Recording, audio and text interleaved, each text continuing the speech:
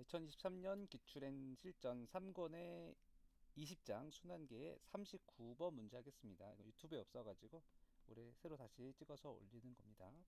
그럼 평균 동맥압이라는 거 알죠?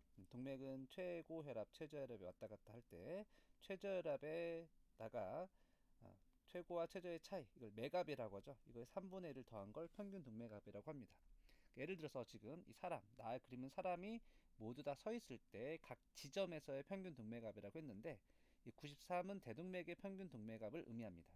동맥 지금 표시되어 있으니까 사람은 보통 80에 120, 최고가 80에 120이니까 최저혈압은 80이고 최고혈압은 120. 그 차이는 40이 차이가 나죠. 80 더하기 3분의 1 40 하면 약 93.3. 사람의 평균 동맥압을 한 숫자로 나타내면 보통 93.3입니다. 그 다음에 여기 78은 뇌동맥의 평균 동맥압이 되겠어요. 혈액도 마찬가지로 액체이기 때문에 중력 영향을 받아요. 여기는 93이지만 여기 위로 올라가게 되면은 중력이 잡아당기기 때문에 평균 동맥압은 낮아지고, 반대로 발목에 있는 아이들은 액체가 눌러주기 때문에 다리 동맥의 평균 동맥압은 190으로 훨씬 더 높게 됩니다. 사람은 지금 서 있을 때 상태에서 각 부위에 측정한 평균 동맥압을 나타낸 거고, 그다음에 거리도 나타내져 있긴 하죠. 그다음에 간은 기린을 가지고 그린 건데요.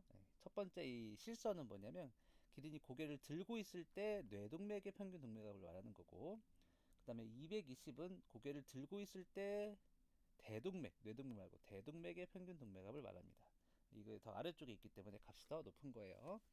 그다음에 고개를 들고 숙일 때 보니까 고개를 숙일 때가 점선이라고 했기 때문에, 그러니까 고개를 숙일 때 뇌동맥의 평균 동맥압입니다. 여기서 알 수 있는 건 뭐냐면 뇌동맥은 뭔가 조절을 하고 있구나, 일정하게 유지되고 있구나라는 걸 알 수 있습니다. 고개를 숙일 때, 얘를 일정하게 유지시키려면 고개를 숙일 때는 이 대동맥의 평균 동맥압이 낮아지게 됩니다. 여기서 똑같이 220으로 하면 더 세게 쏘아 올리기 때문에 뇌동맥의 평균 동맥압이 높아질 거야. 그런데 고개를 숙이게 되면은 뇌동맥까지 거리가 가까워지니까 심장은 조금 덜 열심히 뛰어서 심장으로 피를 좀 약하게 짜내게 되는 겁니다. 그래서 일정하게 뇌동맥을 유지할 수 있는데, 이게 그냥 항상성의 기준이야. 뇌로는 일정한 양의 피가 가야 되기 때문에, 혈류량을 가져야 되기 때문에 뇌동맥의 수축과 이완을 반복해서 뇌동맥의 평균 동맥압을 일정하게 압력을 유지하고 있다는 말입니다. 이걸 분석해서 푸는 건데 PT에서는 그렇게 중요한 것 같지 않아서 수업 시간은 하지 않았습니다. 자, 사람에서 다리 동맥의 평균 동맥압이 심장 뇌보다 더 높다는 사실을 가지고 이 첫 번째 기억을 추론하라는 겁니다. 기린의 발목 부위의 평균 동맥압은 대동맥의 평균 동맥압보다 높을 거라고 추론하라는 거지. 기린의 발목은 대동맥보다 아래쪽에 위치한 동맥에서의 압력이니까 중력에 의해서 더 압력이 높을 거다라고 추론하라는 거죠. 기억은 틀립니다. 자, 혈액 내 CO2 농도가 높아지면, 그래서 이건 순환계 문제만은 아니고 우리가 CO2 농도가 높아지면 호흡을 더 빨리 하기 위해서 CO2 농도를 일정 유지하기 위해서 교감신경이 작동하게 됩니다. 그럼 호흡만 빠를 뿐만 아니라 심장의 박동도 더 많이 증가하게 되죠. 그러면 심장 스피드를 많이 짜면 가장 직접적으로 대동맥의 평균 동맥압은 증가할 거야. 맞죠? 피가 많이 짜내지니까. 근데 보니까 뇌 동맥은 항상 일정하게 유지된다는 사실을 위로부터 우리가 찾아냈어. 만약에 사람의 심장이 열심히 뛰어서 얘가 110이 됐다고 해봅시다.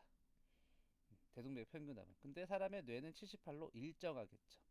그럼 93이랑 78의 차이보다는 이 둘의 차이, 110과 78의 차이가 더 커지죠.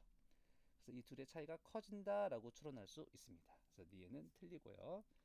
기린이 고개를 들고 있을 때보다 숙이고 있을 때 심장에서 뇌까지 수축거리가 짧아져. 이건 맞죠? 그렇죠? 고개를 숙일 때 둘의 거리가 160에서 110으로 짧아졌죠. 자료를 보니까.